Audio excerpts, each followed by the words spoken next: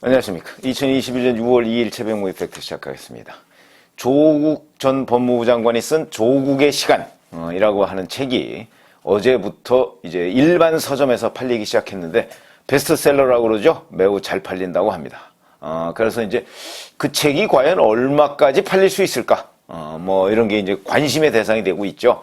제가 말씀드렸지만 아마 서초동 시위에 나간 사람들 뭐 통칭 100만이라고 하는데 아마 실질적으로 계산을 해보면 한 30만쯤 될 텐데 거기에 나갈 정도면 이번에 뭐 책 한 권 사주지 않을까 뭐 이런 생각이 듭니다. 그래서 아마 30만 부 정도는 쉽게 팔려나가지 않을까 저는 이런 생각이 드는데 거기서 주장한 바 무엇이고 그 다음에 그 주장에 대해서 한동훈 검사장이 반박을 한 게 있는데 이게 아마 일반적인 국민 눈높이에 거의 비슷하게 맞는 것으로 보입니다. 그래서 조국의 시간에 맞선 한동훈의 시간을 말씀을 드리겠습니다. 우선 이렇게 됩니다. 그 전체적으로 보면 언론이 검찰의 일방적 주장과 미확인 혐의를 무차별적으로 보도했기에 책으로 최소한의 자기 방어를 하는 것이다. 어제 이렇게 또 페이스북에다가 이 책을 내게 된 배경에 대해서 썼는데 글쎄요. 검찰은 일방적 주장을 하는 것이 아닙니다. 우선 검찰은 범죄 혐의에 대한 첩보를 입수하고 그 부분에 관해서 자기들이 공권력을 동원해서 확인하고 그리고서 법원에 기소하는 거죠. 재판에 넘기는 거죠. 근데 검찰의 일방적 주장과 미확인이라고 그랬습니다. 이 자체가 팩트와 어긋납니다. 그렇죠? 검찰은 일방적 주장을 하지 않고요. 누군가 주장한 내용 또는 혐의 내용을 확인하고 그 다음에 미확인 혐의를 이렇게 얘기했는데 미확인 혐의가 아닙니다. 검찰 나름대로 확인한 겁니다. 물론 그 확인한 내용이 잘못됐을 수도 있죠. 우리나라의 무죄율이라고 하는 것이 굉장히 낮습니다. 무죄율이 굉장히 낮기 때문에 검찰에서 확인한 내용이 법원에 가서 뒤집히는 경우가 그렇게 많지 않습니다. 왜 그러냐? 바로 제대로 된 확인을 했기 때문이다. 근데 자기 일은 확인 안 했다? 아니 현직 법무부 장관 가족을 수사하는데 제대로 확인 안 하고 했다면 그런 검찰은 해체해야 마땅하죠. 371쪽 분량인데 여기에 보면 이 수사 기소권을 가진 검찰을 거의 어둠의 군주 그리고 조국 자신은 검찰개혁을 추진하다가 언론과 검찰, 보수야당의 조리돌림과 멍석마리의 피해자 뭐 이런 식으로 묘사가 되어 있습니다. 이렇게 돼 있어요. 대체적으로 보면 2019년 8월에 법무장관의 지명이 된 이후에 자신과 그의 가족이 겪은 어려움, 수사 과정에서 제기된 의혹, 뭐 이런 거에 대한 해명을 했고요. 그 다음에 수사 기소 분리와 공수처 설치로 대표되는 검찰개혁 추진 과정, 서초동 집회에서 조국 수호를 외친 지지자들에 대한 감사, 그 다음에 윤석열 전 검찰총장에 대한 의견 등등 해서 총 8장으로 분류가 돼 있고 조국 사태 수사뿐 아니라 정권을 겨냥한 일련의 수사, 이걸 문재인 정부 타격 수사라고 주장하고 있습니다. 이것도 좀 의문이죠? 아니 검찰이 이명박 정부와 박근혜 정부라는 이른바 죽은 권력에 대한 타격을 주면 그건 오케이고 살아있는 권력에 대해서 타격을 주는 거는 안 된다. 아마 이런 논리로 보이는데 그렇습니까?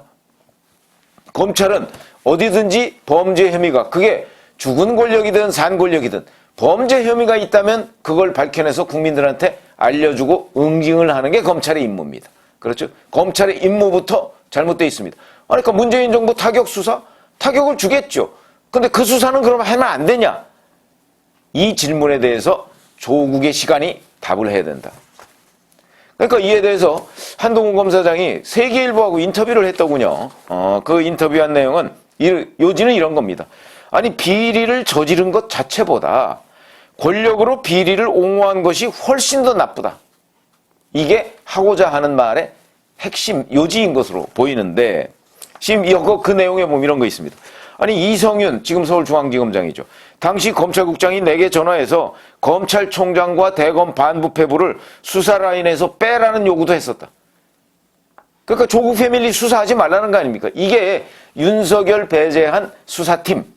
지금 김호수 검찰총장이 제안했다는 겁니다. 김호수 검찰총장은 당시에 법무부 차관이었고 이성윤 서울중앙지검장은 당시에 검찰국장이었는데 김호수 지금 당시 법무부 차관이 강남일 대검 차장검사한테 전화를 했고 이성윤 검찰국장이 당시 대검 반부패 강력부장인 한동훈 검사장한테 전화를 해서 윤석열, 그 다음에 대검 반부패부를 제외한 수사팀을 꾸리자. 이렇게 얘기를 한 겁니다. 수사를 덮자 이런 얘기죠. 한마디로 얘기하면. 그런 제안을 했던 사람들이 바로 이성윤, 김호수 이런 사람들이다 하는 얘기를 하는 것이고요. 그러면서 이제 자기 느낌을 얘기했습니다. 이 수사하면 내 검사 커리어가 사실상 끝날 거라고 당연히 예상했고 할 일 하는 거니 그래도 어쩔 수 없다고 생각했다. 다만 이런 식으로까지 말도 안 되게 선동하고 치졸하게 보복할 거라고는 생각하지 못했다. 이건 아마 그랬을 겁니다. 뭐 검찰의 운명에 대해서 검사들이 훨씬 더 잘 알죠. 그렇기 때문에 살아있는 권력에 손을 댔을 경우에 어떤 식의 보복이 있을 것이다. 충분히 알았죠. 그러나 이런 식으로 조국식으로 추미애 식으로 보복할 줄은 꿈에도 몰라. 왜냐? 한 번도 경험하지 않은 나라. 그런 것이기 때문에. 어제 제가 김형석, 좀 다른 얘기입니다만 김형석 연세대 명예교수가 그 6.25에 대해서 회고한 내용을 봤더니 한 번도 경험하지 못한 나라, 이게 어디에 연원이 있느냐? 공산주의 유토피아 사상의 연원이 있다. 이렇게 얘기를 하더군요. 그걸 제가 봐서 한 번도 경험하지 못한 나라, 이 문재인 대통령이 만들겠다고 한 건데 라는 생각이 퍼뜩 들어서 지금 말씀을 드립니다. 이런 식으로 하리라고는 생각 못했다. 왜냐하면 그동안에 검찰에서 이런 식으로 검찰에 대해서 보복하고 탄압을 한 정권이 한 번도 없었기 때문이다. 조국이 자신에 대한 수사를 검찰 쿠데타라고 규정을 했는데 이 부분에 관해서도 한동훈 검사장이 반박을 했습니다. 공직자가 범죄를 시스템에 따라 수사하는 것이 어떻게 쿠데타냐? 범죄를 덮어주지 않으면 역심이고 쿠데타인가? 조선시대 사극직라 절대 왕정인가? 조국 사태 때가 이 정권이, 문재인 정권이 가장 강할 때였다. 추미애 같은 사람 한 명이 이렇게 쉽게 망가뜨릴 수 있는 검찰이 무슨 쿠데타를 하고 역모를 한다는 말인가? 이렇게 반문을 했고요. 그러면서 조국 전 법무장관이 검찰에 와서 묵비권 행사했었죠. 이거를 이제 헌법상 권리다 이렇게, 물론 헌법상 권리입니다. 그런데 한동훈 검사장의 말을 들어보면 책이 수백 쪽인데 이렇게 할 말 많은 사람이 왜 법정에서는 수백 번씩 증언 거부하면서 아무 말 안 하는지 모르겠다. 책을 보니 새로운 내용 없고 조국이나 추종자들이 SNS, 유튜브에서 반복해온 내용 그대로다. 하나같이 사실이 아닌 내피셜, 개인적 생각이라는 뜻이죠. 내피셜이다. 판결문 한 번만 읽어보시라. 팩트는 거기에 있다. 이렇게 얘기를 했습니다. 판결문에서 7대 스펙이 다 허위라고. 그건 1심입니다. 1심은 조국과 조국 패밀리에 대한 그 검찰의 수사를 전체적으로 보고 느낀 첫 번째 결정입니다. 그렇죠. 이 결정에서 7대 스펙이 다 허위라고 했습니다. 미확인 보도가 아닙니다. 검찰이 확인한 내용을 판사가 그래 이거 맞아 라고 얘기한 게 1심 판결이다. 2심 판결이 어떻게 달라질지 모르겠으나 그런 겁니다. 그러면 제가 이제 조국의 세계는 어떤 세계인가? 이게 궁금합니다. 조국의 시간은 알겠는데 자기 항변할 수 있죠. 그럼 이 사람은 어떻게 법원 판결하고도 완전히 다르고 그 다음에 일반 사람 평균 눈높이하고도 완전히 다른 이런 주장을 아직도, 왜 그러냐? 이 사건이 2019년 9월달 10월달 이때 있었던 사건 아닙니까? 그러니까 본인이 반성문을 썼을 법도 한데 그 다음에 판결문 자기도 읽어봤을 거 아닙니까? 그러면 판사가 그래도 제대로 이 부분은 제대로 짚었네? 뭐 이렇게 생각했을 법한데 어떻게 371쪽이나 해명할 일이 있는가? 이 해명에 보면 그 7대 스펙 중에요. 뭐 한 가지 정도, 뭐 표창장 위조 이 부분에 대해서 항변을 한 것 외에 나머지 6개의 허위라고 1심 판결에서 얘기한 부분에 관해서는 별다른 언급이 없습니다. 그럼 그거는 인정하는 것인가요? 그러면서 딸은 잘못이 없다 이렇게 얘기합니다. 아버지가 봤을 때 딸은 잘못이 없겠죠. 그러나 전 법무부 장관이 봤을 때 과연 그 딸이 이 허위 사문서죠. 허위 사문서를 행사할 때 성인이었습니다. 자기 책임 아래 행사해야 됩니다.